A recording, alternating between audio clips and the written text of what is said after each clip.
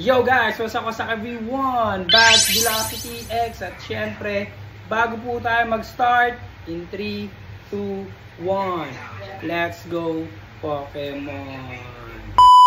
Okay guys, so for today's video, kung matatandaan nyo po, meron po tayong binili.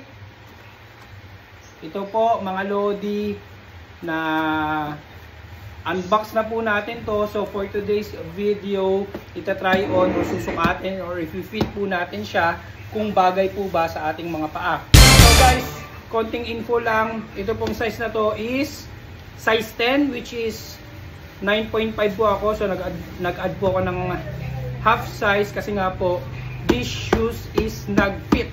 So masikip po yung size na original size ko para sa akin. Yun po yung meaning po ng snug fit.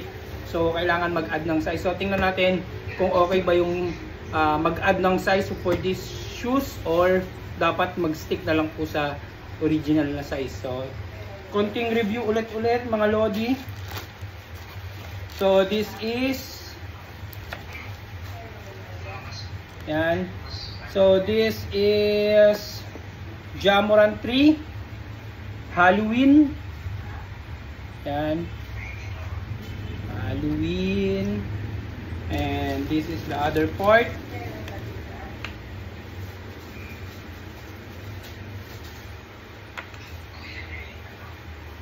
Yan. So let's go guys.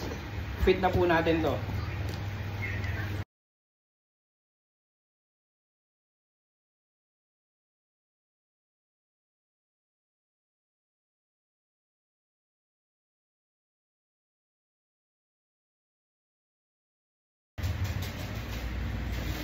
So ito na siya mga Lodi Kicks.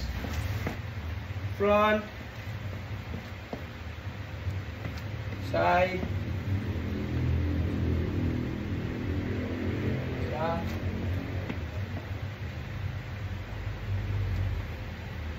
left side, and front ulit. And ito po yung outsole niya.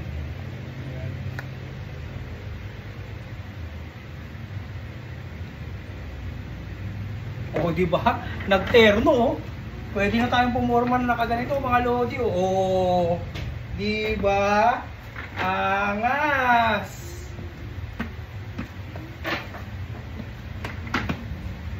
Angas. So, yon mga Lodi, nakita niyo na po yung fitting sa atin netong Jamoran 3 na Halloween. Yan. So, okay ba mag-add ng size pag snug fit? Masasabi ko po mga Lodi, okay na mag-add ng half size pag snug fit kasi merong allowance yung paa natin pag ganito mga Lodi.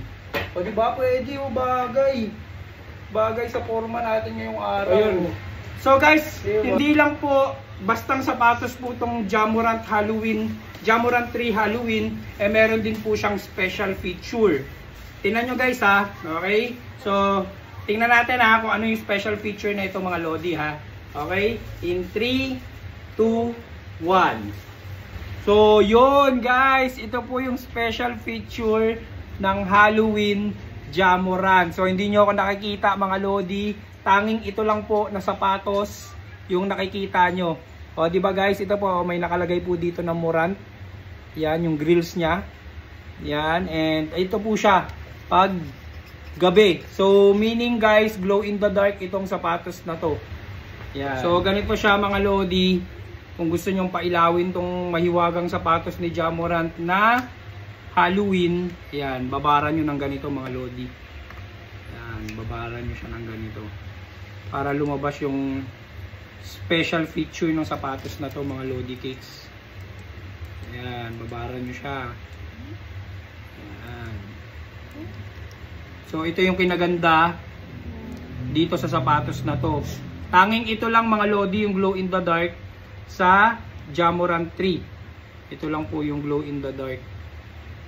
So after that, ito na siya. Oh, di ba? So dalawa na sila mga Lodi Cakes. Yan. Oh, di ba? Ang solid.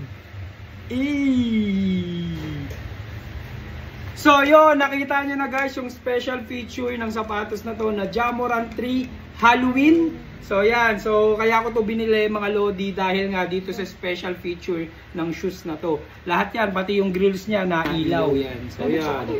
So kung kayo guys, bibili ba kayo nito o hindi? Yan. So ganun lang guys, kadali itong video natin. At syempre, sa mga gusto po ng mga ganitong quality shoes, ay huwag niyo pong kalimutan mag-follow sa Leah B Sneaker Lab. Yan. So guys, marami po tayong mga sapatos na available dyan. Pwede rin po kayo mag-pre-order kung wala po yung sapatos nyo na gusto. Yan. Dyan po sa mga posted pictures namin or videos, pwede po kayo mag-pre-order. Kaya pwede po kayo mag-reach out sa amin kung ano po yung gusto nyong shoes para magawa natin ng paraan. So yun mga Lodi Cakes. At syempre, kung nandito po kayo sa ating YouTube nanonood, huwag nyo po kalimutan mag-subscribe, mag-like, at syempre, hit ang bell. At kung sa Facebook naman po kayo nanonood, huwag niyo po kalimutan mag-follow, like, and share. And again guys, Bads Velocity X, peace out. Sana all.